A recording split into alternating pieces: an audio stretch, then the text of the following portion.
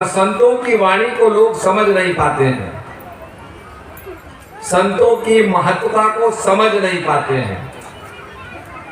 अभी अभी आपने भजन सुना जिसमें राम की महिमा गाई हुई है,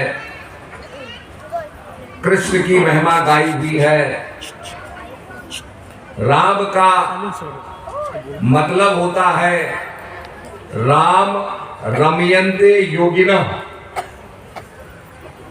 वह तत्व जो रमण करता है, that which is omni present. और कृष्ण क्या है? जिसमें आकर्षण हो, अट्रैक्शन हो, जिसके अंदर अट्रैक्ट करने की पावर हो। एक राम दशरथ का बेटा, एक राम घट घट में लेटा, एक राम का सकल पसारा, एक राम है जग से न्यारा। जब हम रामलीला देखते हैं तो रामलीला में राम की ही कथा दिखाई जाती है। अभी अयोध्या में राम जी का मंदिर बना तो भगवान राम प्रकट हुए, भय प्रकट कृपाला दीन दयाला। वो एनर्जी ने मैनिफेस्टेशन किया। जिस फिनोमेना से, एनर्जी से ही ये मैटर निकला है, उसी फिनोमेना से, एनर्जी से प्रभु का मैनिफेस्टेशन हुआ। तो कहा भय प्रकट कृपाला दीन दयाला। वो मैनिफेस्टेशन हुआ, क्रिएशन नहीं हुआ, मैनिफेस्टेशन हुआ। भय प्रकट कृपाला। तो एक राम दशरथ का बेटा, एक राम खटखट में लेटा। कौन सा राम है? तो ज्ञानी लोग समझाते हैं वही राम दशरथ का बेटा, वही राम खटखट में लेटा, उसी राम का सकल पसारा, वही राम है जग से न्यारा। अब संत कहते चार राम हैं। कौन सा राम? पहले शालिग्राम हुए, जिसको आप पूजा करते हैं, एमोनाइट होता है, और ये माना जाता है कि नेपाल के गंडक नदी में निकलता है, धरती से निकलता है, और वो फॉसिलाइज्ड होता है। उस पत्थर को तोड़ो तो उसके अंदर से चक्र निकलता है, एमोनाइट होता है। अर्थात जब ये पृथ्वी प्रारंभ होगा, मैनिफेस्टेशन प्रारंभ हुआ होगा, जीवन का प्रारंभ हुआ होगा, तो एमोनाइट वो कीड़ा जो है वो पहला मैनिफेस्टेशन हुआ, पहला वो चरण हुआ। अर्थात जो चीज प्रकट हुई उसका पहला चरण, पहला अवशेष वो आपके एमोनाइट के अंदर देखने को मिलता है, जिसको कहा जाता है ये भगवान विष्णु का चरण है, अर्थात एनर्जी का चरण है, अर्थात एनर्जी का मैनिफेस्टेशन है। तो प्रथमोशाली राम है, दूजो पारस राम, दूसरे परशुराम जी हुए, तीजे राजा राम है, और चौथे आत्म राम। चौथे क्या हुए? आत्म राम, जो रमय निरंतर आत्मा, सब घट आठों याम, वाही के संतन धरो राम ताही को नाम।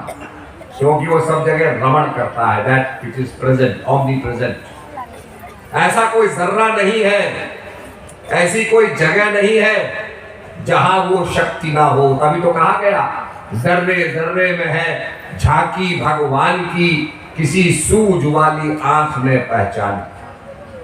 क्योंकि अगर मैं कहता हूं जर्रे जर्रे में भगवान है, अगर मैं कहता हूं गॉड इज ओमनी प्रेजेंट, अगर शास्त्र कहते हैं भगवान सर्वव्यापक है, तो शास्त्रों ने कैसे जाना, मंत्र दृष्टाओं ने कैसे जाना, ऋषियों ने कैसे जाना?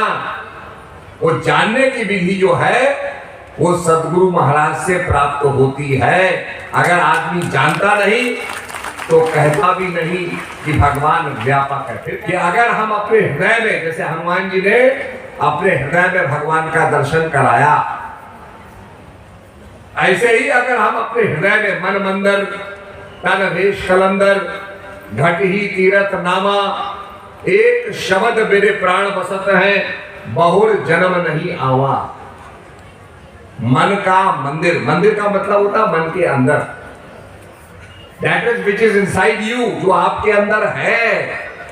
ये बोलते हुए भी हम अपने अंदर झांकते नहीं हैं, अपने अंदर देखते नहीं हैं। कोई कहेगा साहब वहां पर मंदिर है, हम वहां चले जाएंगे, इतनी दूरी पे मंदिर है, वहां चले जाएंगे। और वहां हम क्या देखते हैं कि भगवान का मूर्ति है। मूर्ति की पूजा कब होती है? जब पहले मूर्ति की प्राण प्रतिष्ठा होती है।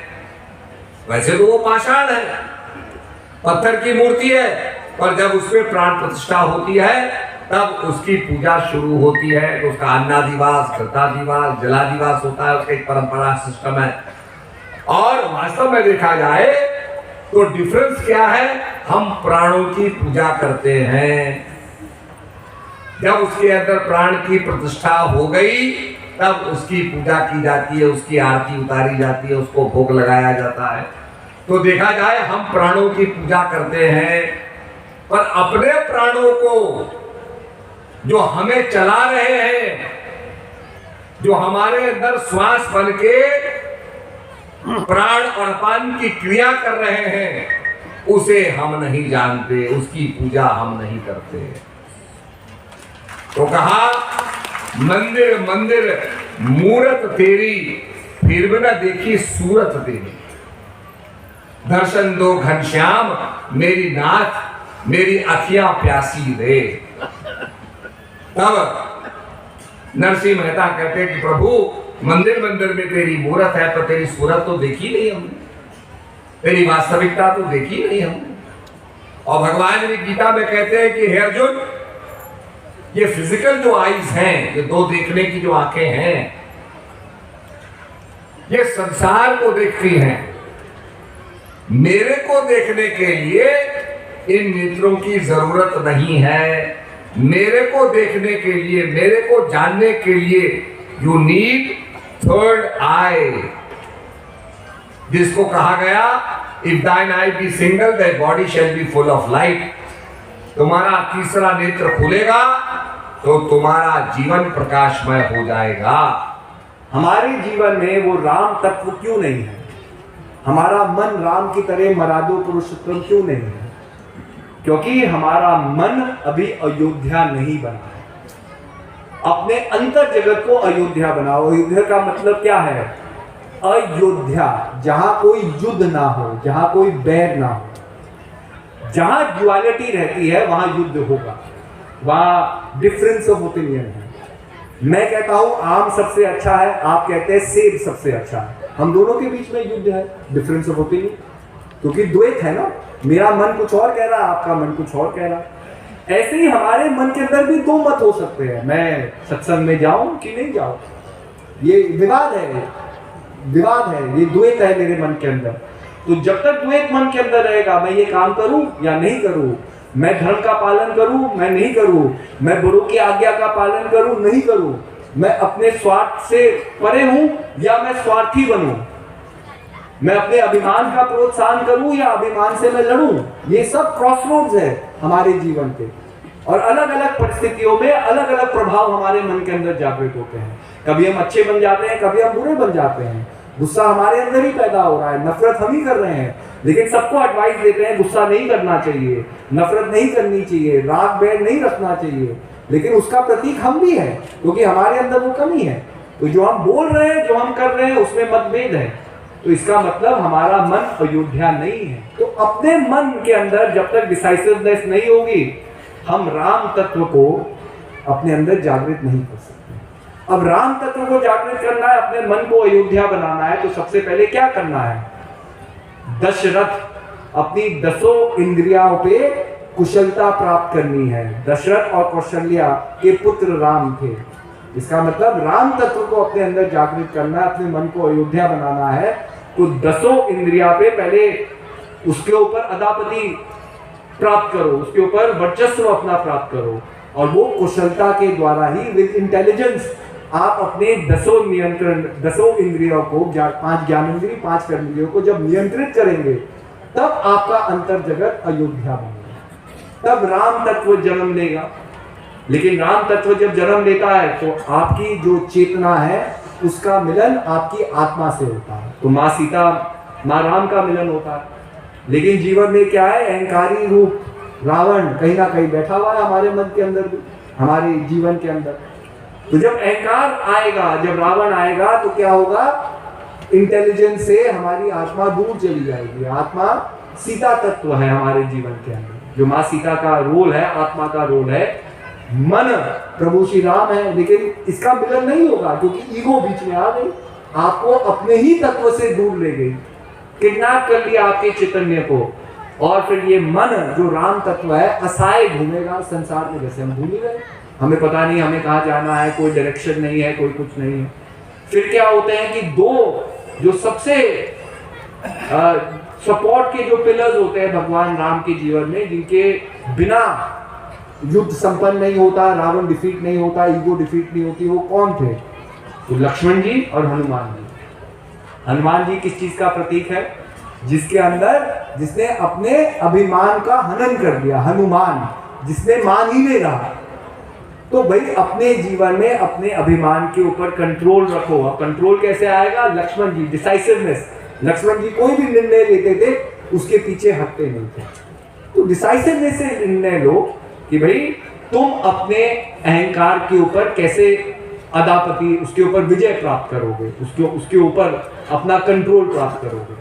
सबका अहंकार हमें अलग अलग जगह पे जाके लेता है। ये थोड़ी कि हम सबके अंदर अहंकार है तो सबकी एक ही गोली है जो हमने खा ली और अहंकार दूर हो जाएगा। अगर मैं ज्यादा मोहित हूं संसार से तो मेरा अहंकार ज्यादा प्रबल है। बहुत लोग निर्मोही है संसार से, इनडिफरेंट होते हैं संसार के प्रभावों से, तो भाई उनको कम संघर्ष करने की जरूरत है। हर एक व्यक्ति का अपना संघर्ष है, लेकिन अगर अपने अभिमान पे हमने विजय प्राप्त की तो क्या होगा? अहंकार समाप्त होगा, रावण का वध होगा। जो अहंकारी रावण है वो समाप्त होगा, और जब रावण समाप्त होगा तो हम वापस माँ सीता को अपने आध्यात्मिक स्वरूप का हम उसकी चेतना को प्राप्त करेंगे, और वापस अयोध्या माँ सीता और राम वापस आएंगे और उसका वास होगा।